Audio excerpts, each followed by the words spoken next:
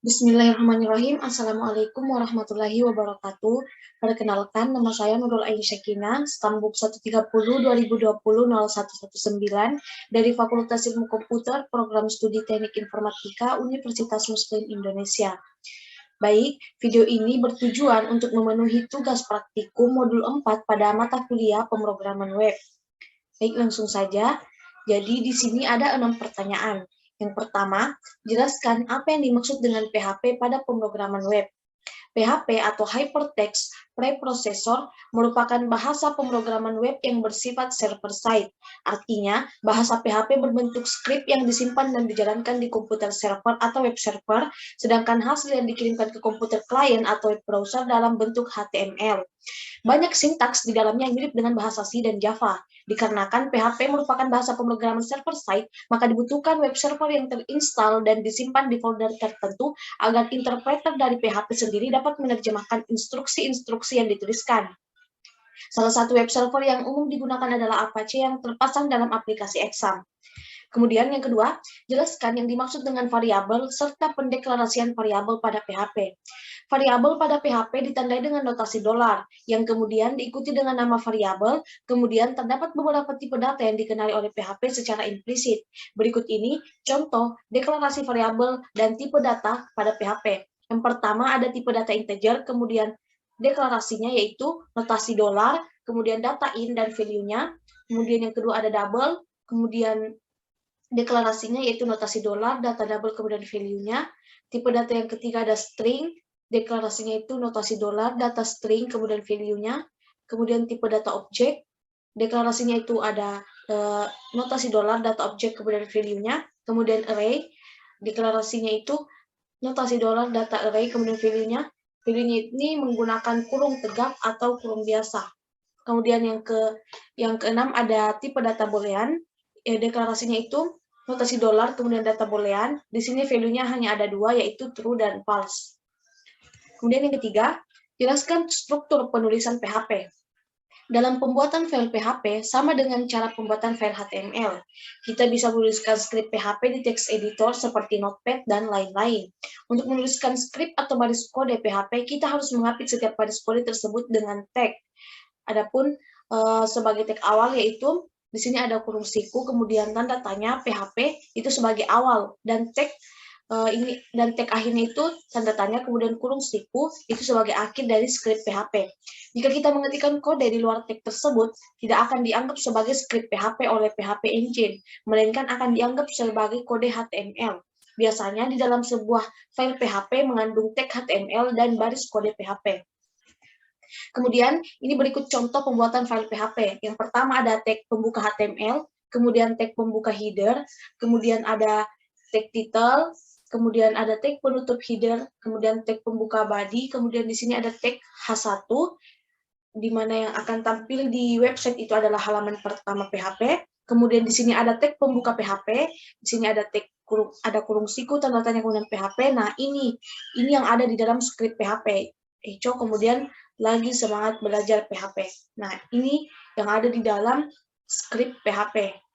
Nah, ini tag penutup PHP, kemudian tag penutup body, dan tag penutup HTML. Selanjutnya pertanyaan keempat yaitu, jelaskan dan tuliskan bentuk umum percabangan dan perulangan pada PHP. Struktur kontrol pada PHP terdiri atas percabangan dan perulangan. Bentuk umum dari percabangan dan perulangan pada PHP sendiri tidak jauh berbeda dengan bahasa pemrograman lainnya, seperti bahasa C atau Java. Berikut ini bentuk umum dari struktur kontrol yang terdapat pada PHP. Yang pertama, percabangan. Percabangan ini merupakan pernyataan kondisional yang hanya akan dijalankan apabila suatu kondisi terpenuhi. Percabangan ini ada beberapa macam. Yang pertama ada percabangan if.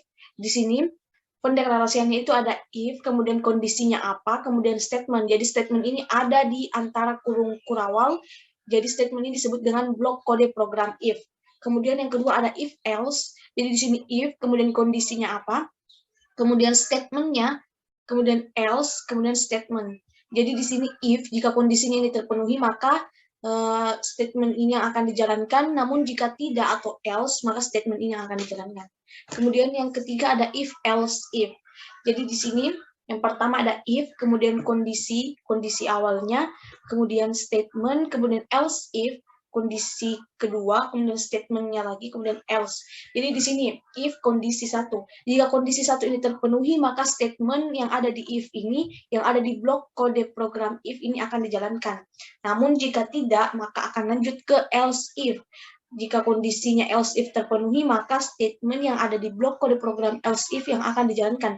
Namun jika kondisi yang ada di if dan else if ini tidak terpenuhi, maka else yang akan dijalankan.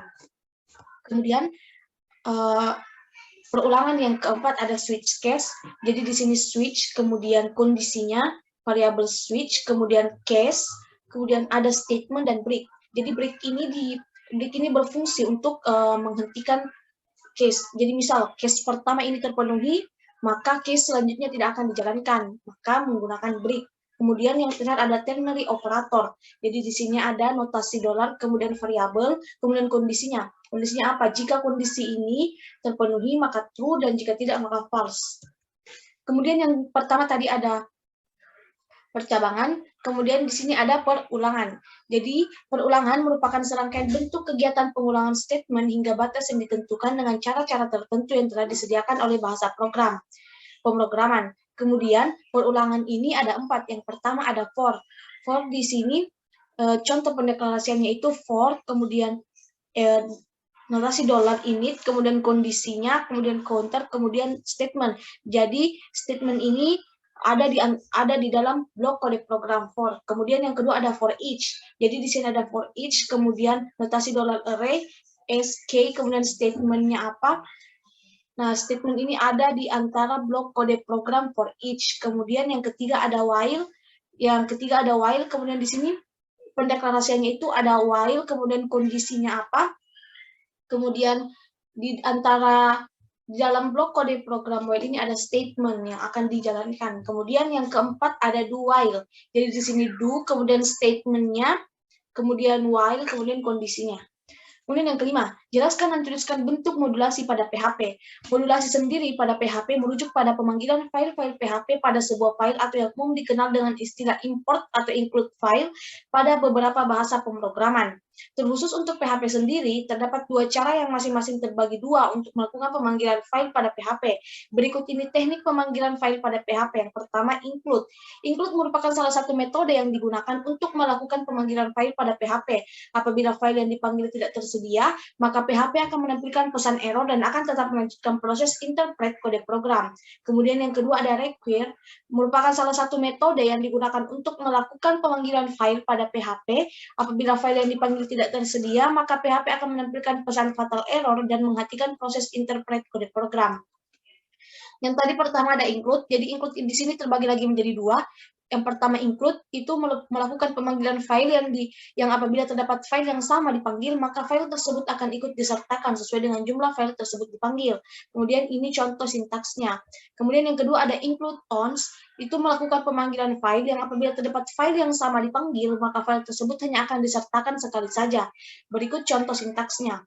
Kemudian yang kedua ada require. Require ini terbagi lagi menjadi 2. Yang pertama, require melakukan pemanggilan file yang apabila terdapat file yang sama dipanggil, maka file tersebut akan ikut disertakan sesuai dengan jumlah file tersebut dipanggil. Berikut contoh sintaksnya. Kemudian yang kedua ada require ons, melakukan pemanggilan file yang apabila terdapat file yang sama dipanggil, maka file tersebut hanya akan disertakan sekali saja. Berikut contoh sintaksnya.